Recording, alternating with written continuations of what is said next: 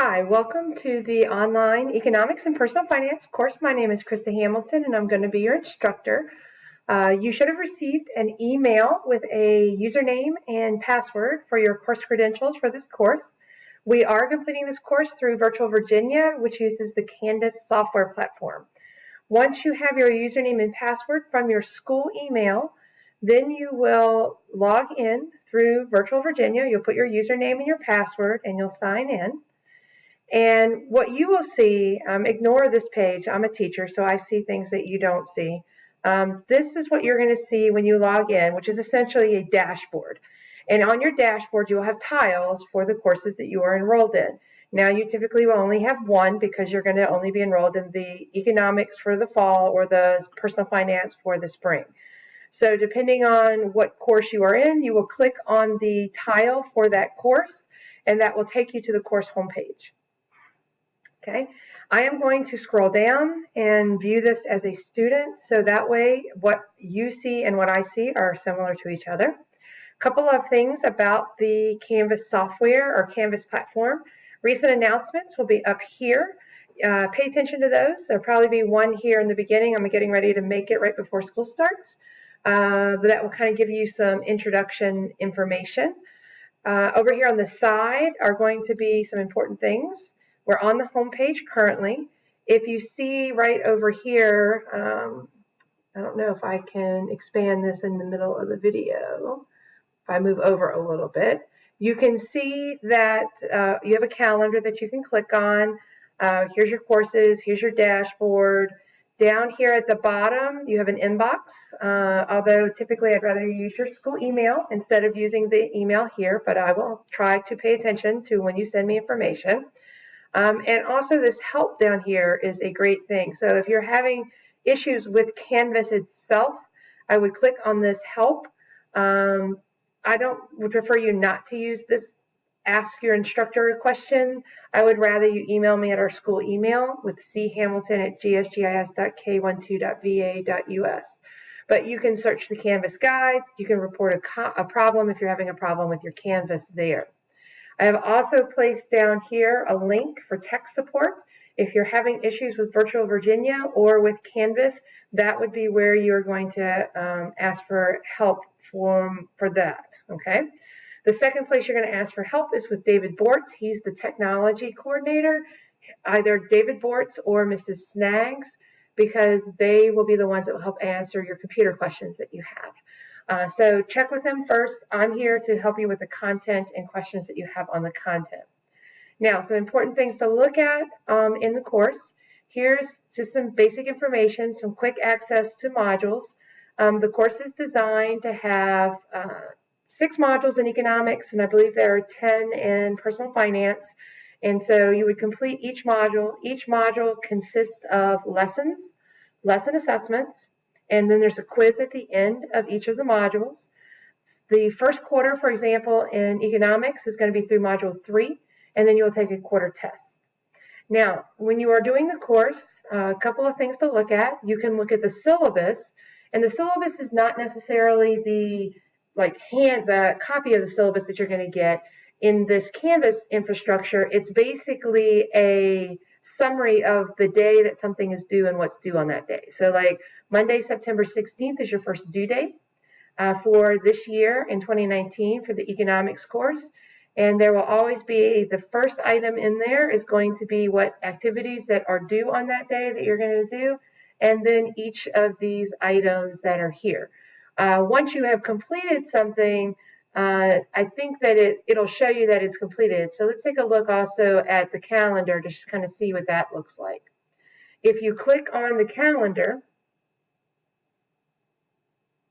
and let it populate over here, and let's scroll down a little bit and look at it. You can also see here on the 16th, these are the items that are due, and you'll notice that one of them has lines through it. That's because I already did that as a demo, and so I have completed the first item on that list. And so it will mark through the things that are done and show you the other things that you have to do. So, that's one other place that you can look for things that are going on. Now, what I basically do is I go back to my courses. Let's go back to Econ. So I'm on the home page. where you're going to go the most is you're going to go to where this tab that says modules, and you're also going to go to grades. But let's look at the modules. Now with the modules, what you have in here is a list of all the things that you're going to do. And you can see in here, because I've already started playing around with it as the test student, that you have the intro to the course. Here are the activities that you should do before you begin the course. And notice that it says submit or submitted right here. That is because there are items that you have to do, like submit your honor policy signature page and your syllabus signature page. So you would click on that, and then it'll tell you the items that you need to do. So here's your syllabus to download, your course completion and honor policy. It says watch video. There will be links here after I get this finished. I'll put a link in there. And then your first modules, and they're all due by September 16th. And you can submit. You typically up here at the top where it says resubmit, you can submit, and as you submit, it will post down here what you have submitted. I will then take a look at your submission, and I may request you to resubmit if I need you to, or I'll give you a grade. Like you'll notice this is worth 10 points. So I'm expecting that by the 16th, you've uploaded 2 documents, a signature page from your syllabus and a signature page from your course guidelines. All right, we'll go back and look at the modules tab again. That's kind of be the most important tab that you have that you're going to be looking at. And you'll notice that it has in here, you can see the check marks show that you've already done it. And you can scroll down here. I already did lesson 1 as a demo for a later video. And you can see that I've got check marks. Notice I'm not done with module 1, but I have completed lesson 1. And you can kind of see where you are, and I'm ready to take the lesson 1 assessment. And pretty much kind of as you're working through these, it's pretty straightforward. Each of these will show you what you're doing and what you need to do for it. Notice that these are gray. They're set up that you can't move forward until you've completed. So I can't get to lesson 2 until I finish lesson 1. And so I would have to go back and actually take this lesson assessment. All right, so that's kind of the big overview of kind of that. I have a separate video that's going to tell you how to complete the lessons, but I thought that I would finish this video up by taking a closer look at the syllabus and talking about your grading. While I'm here in the Canvas platform, over here where it says grades is where you'll click and you'll be able to see your grades in the course. Give it a second to open.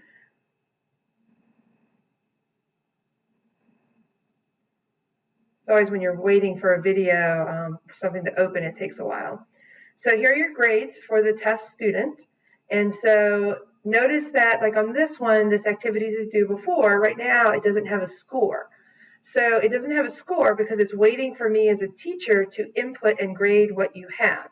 So eventually, once the due date has passed, I will go in and I will grade and I will look at each submission and I will either give you 5 or 10 points because there's 2 submissions. So if you have both submissions and they were on time, you'll get 10. If you have 1 out of the 2, you'll get 5. And if they're late, it'll be deducted 10% per day. It does that automatically. So if your submission comes after the due date, it will be considered late. That's there. All right, and so you can at any time see what your grade is down here. And I'm pretty sure it also at some point shows you what your total grade is. There just aren't any grades in there for them to be like, this is what your actual grade is at this point. What I will be doing is I will be transferring your grade from Canvas into PowerSchool at a minimum, at interim, and at the 9 weeks. But you can at least see what your grades are through here at any given time. All right, now let's take a look at the syllabus. So we're going to start there. You must use your school email, so please make sure that you are cognizant in checking your school email because that's how I'm going to be emailing you. I would also appreciate it if you would make sure that in PowerSchool, it has your updated emails, your parents and your emails, or your guardian and your emails, so that that's where you're going to be getting information from. All right, your time commitment. The lessons are intended from the state to be 45 minutes. What I've found is that most of our students complete them between 20 and 30 minutes. You will complete the activities within the lesson and complete the lesson assessment. And I have a separate video that will go in more detail about that. Typically during the school year, you're going to spend about 5 hours per week working lessons, taking quizzes, or taking a test. So that's kind of your, be aware of that. That's kind of be where your deadline is if you're making sure you're getting things done. In the summer, it's going to be 5 hours per day because each day corresponds to a week. Now, you may complete things ahead of time, but they must be submitted by the due date. It's a 10% penalty per day with a max deduction of 30%. It does it automatically in the program, and that's kind of nice, well, for me especially, because you'll see exactly what your grade is based on having the zeros and the late items that are in there. You do want to make sure that you keep up because you can't move forward until you've completed items, and you don't want to fall so far behind that all of a sudden your quarter test is going to be a late penalty because you can't get the things done that have to be done before it. So try to keep up with the course, and that will be the best way to get an A, when pretty much most people get an A in this course. You're going to use your school email. You should have already got your credentials and logged in. Obviously, you're watching the video, so you figured that out. Technology. Your first round for technology, if you're having technology issues, is one, contact the help desk through Virtual Virginia. There is a link on the homepage. Two, go to David Bortz or Ms. Snaggs and get tech help with them to download Adobe or a reader or update your software. They're going to be the ones that you're going to contact for that, not me. I'm here for content information, for questions about why did I miss this, or how do we know what a SS Corporation is, or something like that. All right, now grading. The grades are pretty straightforward. Your lesson completion, lessons completed on time, and your lesson assessments are going to be 20% of each quarter, or basically 40% of the entire semester. That is the largest part of kind of your completion that you have. And you will get one grade for completing them on time, and then you'll get the grade from the lesson assessments. You have your quarter quizzes, and then you'll have your test. You get 2 attempts on the lesson assessments and the quizzes, and you get 1 attempt on the test, 1 attempt on the exam. You will get to see what you missed on the quizzes and the lesson assessments, but not on the quarter test. All right, and it's a half credit. You get 1 half credit for each semester that you take. If you're in economics, you get a half credit. If you're personal finance, you get a half credit. You can read the economics goals and the personal finance goals, but here's your signature page that you need to sign and submit via that first assignment. All right, the other thing that you need to sign and submit for that first assignment is the class completion and honor policies. Basically, it goes through, there's 2 things. There's the lesson completion, which there's a video that you will watch, but it basically says that you must read the material and you must complete all activities and content. I do have the ability to see your access logs. I can see what you clicked, when you're in the class, what you've looked at, how long you've spent on it.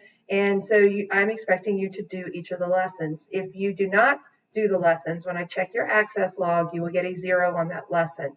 And that's not going to be any leeway. I mean, I'm pretty much going to check, and if you say that you've done it and you've moved forward and beyond that, but yet I can see that you've only spent, 10 seconds on each page, and you clearly didn't read it. It took you a minute or 2 minutes to get through the lesson. Then I'm going to give you a 0 because that's the violation of the course completion guidelines. So that's going to be important. Make sure you just do everything and read. And I understand that people read fast. That's why the state says 45 minutes, but I know that most students might be able to do it in 20. So we're not talking about you sitting there and slowly reading, but you do need to read, and you need to do all the activities that are there.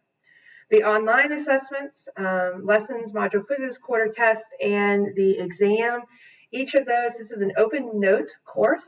You may use Google, but you may only use Google to look up, say, definitions or terms or get examples. What you cannot do is use Google to find some other student who has published the answers to these quizzes or tests online and use answers from another student to answer the quizzes or the tests. That's going to be the honor violation. So you may not work with another person, but like, for example, I'm stuck on a quiz. I don't remember what the SS Corporation is. I can go to the lesson and look it up. I can go to Google, type in SS Corporation, get a definition. I can use resources to help me. I just can't use people, and I can't use a printout that somebody has of the answers that are there. All right, and then you will sign this and make sure that you put that in the document. All right, the next video is going to be on lesson completion, so we will move on to that. Thank you.